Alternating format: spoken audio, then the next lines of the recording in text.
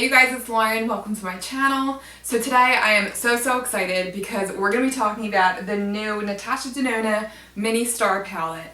As soon as I saw this, I could not wait to get my hands on it. I thought these colors were just absolutely gorgeous. I thought they were so universal, they screamed fall, and I really felt like with just 5 shadows I could get a variety of different looks.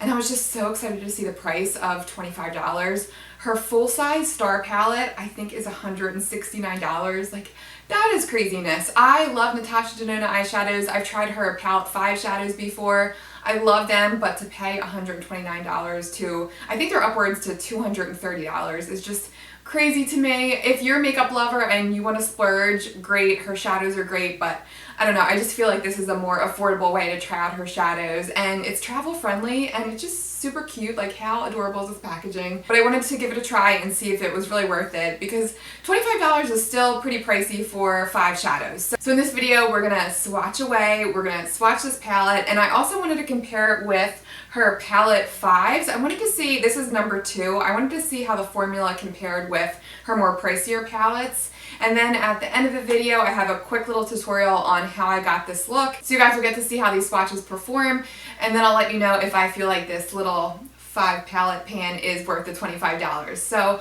we'll go ahead and get right into it. First, let's talk about all the shades. So this palette has 2 mattes and 3 shimmers, and the weight of these palettes are 0.028 ounces, which is pretty good. I wanted to compare it with my Tarte in Bloom palette so you can see the size of the shadow pans. At first glance, they look super tiny. When I opened my Sephora order, I'm like, oh my gosh, this palette looks so small. But really, when you look at the weight of this as compared to other palettes, they actually give you a decent amount.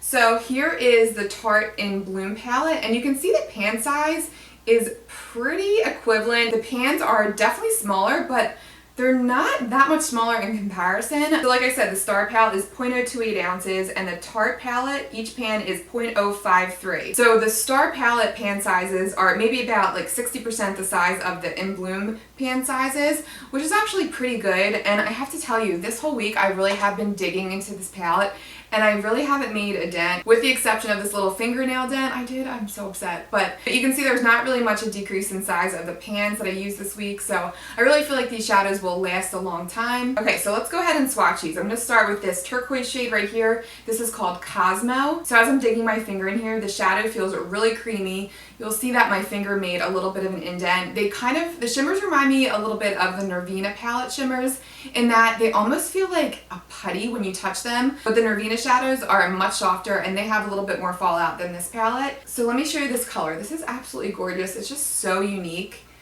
Oh my gosh, look how good that swatch is. It's so pretty. Wow, so that's crazy. It actually came off more of like a bronzy color.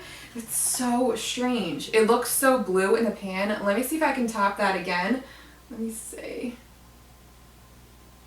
Wow, that's so crazy. So in the pan, it looks more of like a turquoise shade. It swatches almost like a chocolate brown with a blue shift to it. You would think it would come off as like a bright turquoise, but it's a way more like brown base than the blue. So that is such a unique shade. Okay guys, so this is so weird, but as I'm sitting here editing, I'm realizing that when I first swatched this blue, when I first bought this palette, there was way more blue pigment. So there must be like a blue overspray. As you can see, the difference between the initial swatch and the swatch on my arm, it looks totally different. So just keep that in mind. There is still a blue shift, but it's just not as an intense blue.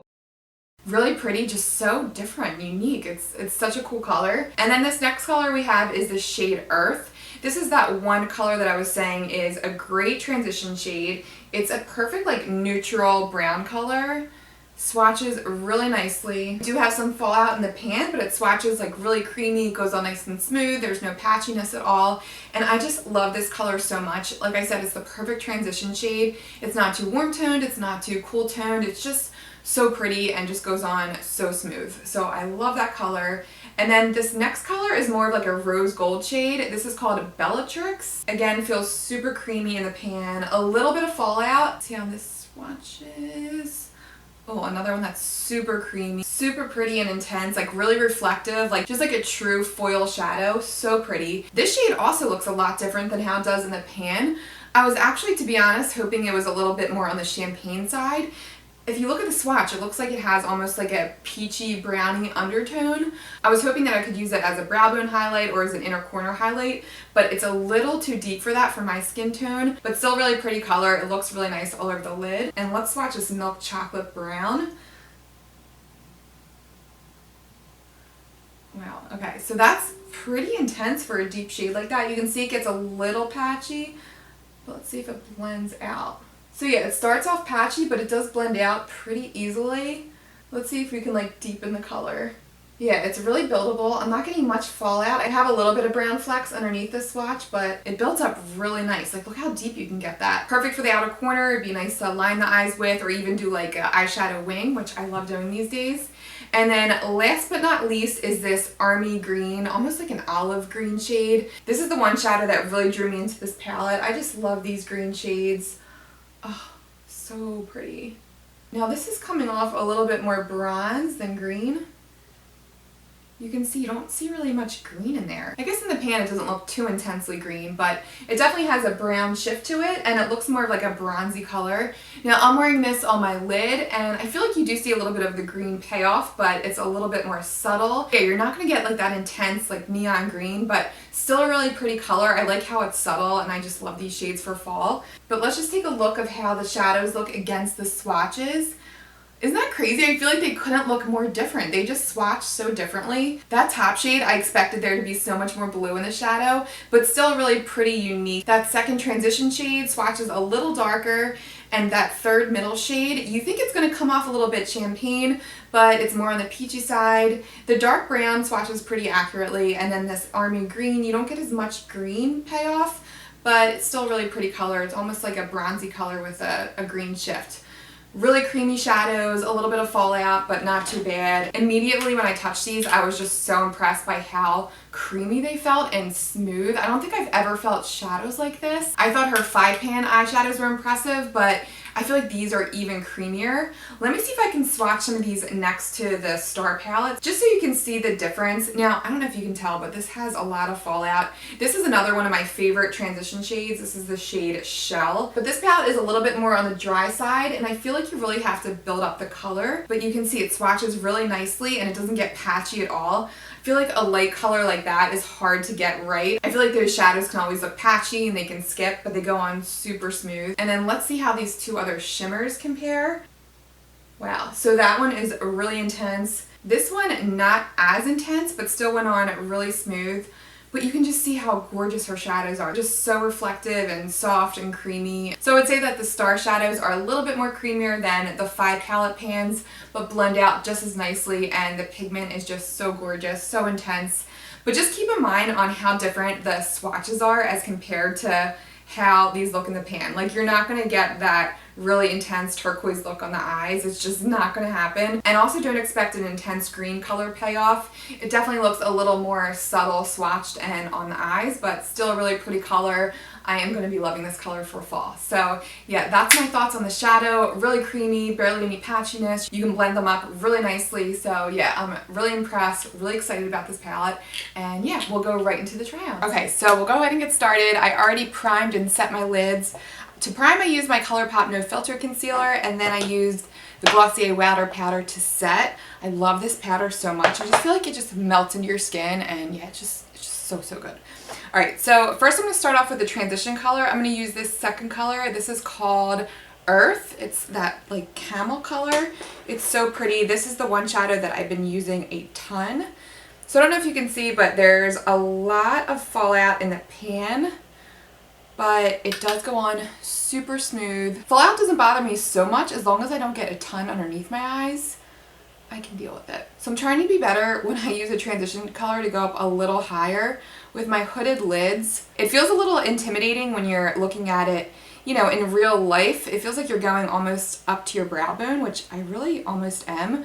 But you really need that definition, especially if you have a hooded eye like me. It really helps to define that crease.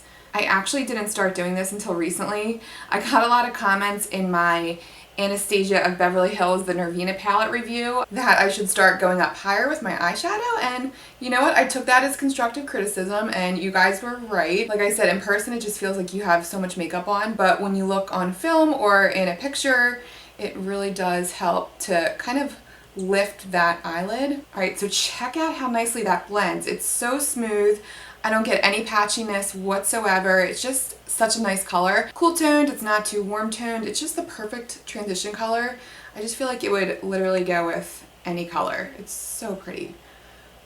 So yeah, super smooth and probably my favorite color out of this palette. And it's definitely a buildable shade. I just added a little bit more to my brush and you can see it definitely deepened that color. Okay, so I'm gonna go ahead and define that outer crease with this color on the end here. This is that chocolate brown color. This is the shade Atique. I just love when a palette contains a matte brown like this. I feel like these deeper shades can sometimes be really difficult to blend out, but this is just such a nice shadow. Now when I swatched it, I definitely got some patchiness, but like I said, it's easy to blend out and it's really like smooth and creamy. It's just a really nice deep color. I love it.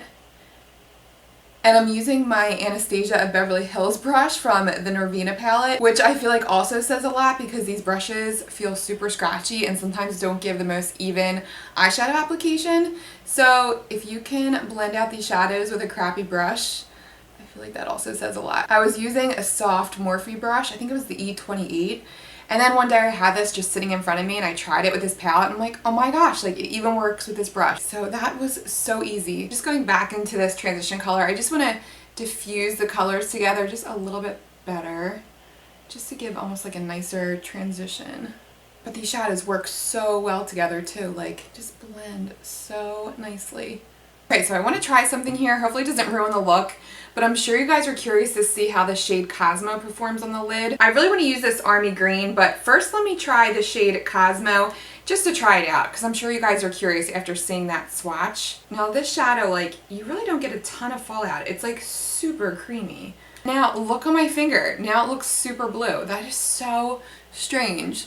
So it must just depend on the day or like where you're at in the pan. I feel like it's a little difficult to build up this pigment with my finger.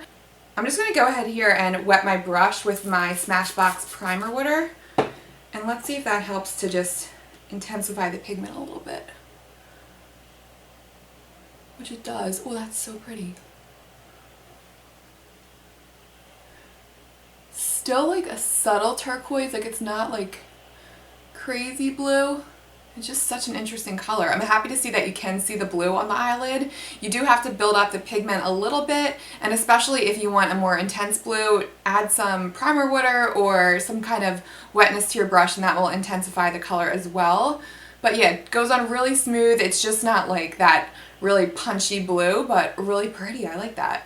All right, so I'm gonna wipe that off and I'm gonna go in with the green and we'll just do a full green look. Okay, so I just went in and wiped off that blue. Hopefully the shadow's not looking too patchy on this side now. If it is, it's not the shadow's fault. I just wanted you guys to see the blue on the lid. Okay, so let's go into this green. This is the shade Orion. Again, I'll go ahead with my finger and just apply that directly to the lid so you guys can see how it looks dry.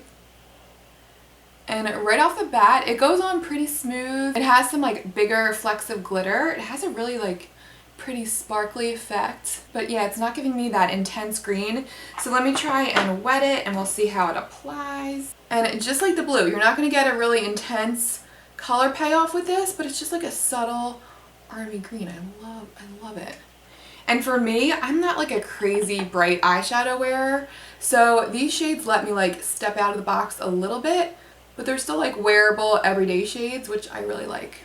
And I'm going to go in the inner corner with the shade Bellatrix. That's that like peachy golden color. Now this is just a personal preference for me with this palette, but I wish this shade was just a little bit more on the champagne side. See how you can see like some peachy gold undertones? For me, it's just not light enough to create like that inner corner highlight, and just way too dark, obviously, to use as a brow bone highlight. So I just wish it was a little bit more on the champagne side, just a little lighter. Pretty color, but yeah, it's just not something I would use to highlight. It is pretty. I've worn it on like just a daily basis just by itself on the lid, and it gives just a really peachy, nice gold highlight on the lids. Really pretty, but just not something I would use as a highlight. Let me see if I can show you like a close-up swatch of that. So see how it's kind of dark on my fair skin? So just not light enough for me to use as a highlight, but again, it's really pretty by itself. I just wish it was a little lighter, just something I could use as a highlight. I'm just gonna use that second color, that camel color, the same color I use as a transition shade, to just go underneath my lower lid with. Just brushing away any fallout I had, which was very little. Okay, so I'm gonna go pop some liner on and mascara, and I'll come back, I'll show you guys the final look, and I'll tell you my final thoughts. Okay guys, so here is the final look. I really love how it turned out. I feel like it has such like a fall vibe.